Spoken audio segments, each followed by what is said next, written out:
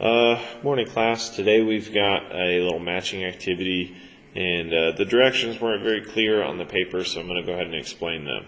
Make sure you watch this video before you do the activity. Alright, so the first two are fairly easy. What you're going to do is you're going to take page 1, which is all the equations. You can either cut these out. If you printed it, I actually do recommend you print these. It'll be easier to check them off as you finish and write them down. And then each of these equations is going to match up with one of these graphs. So what you're going to do first in this column is write down the equations. So like number 1, it says y equals 2 to the x. So we're going to write y equals 2 to the x. Now we need to match it up with that graph. So I'm going to look on my graphs page, and I'm going to see which one is y to 2 to the x. Now, what I want you to do is go into your calculator, go into y equals, and type in 2 and raise it to the x, and hit graph.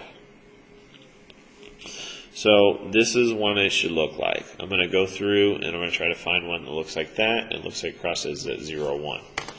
So, nope, that's too high, too low, way too high. Okay, this one on 21, it looks like it hits at 0, 1. Let's check a few other points. So we're going to go second table, 0, 1, 1, 2. So if I go over 1 and up 2, yes, that is on the line. And then the next one's 2, 4, over 2, up 1, 2, 3, 4, and that is on the line as well. So number 21 is going to be our graph. Now, there is a third page where we have to then match up the table. All we're going to do on here is find the table that goes through these points. And all these tables start at -1, so let's go up to -1, and we need one that's 1/2. So, -1.5, 0, 1, 1, 2, 2, 4.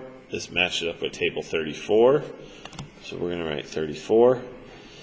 And now we're going to look for the verbal description of what's happening.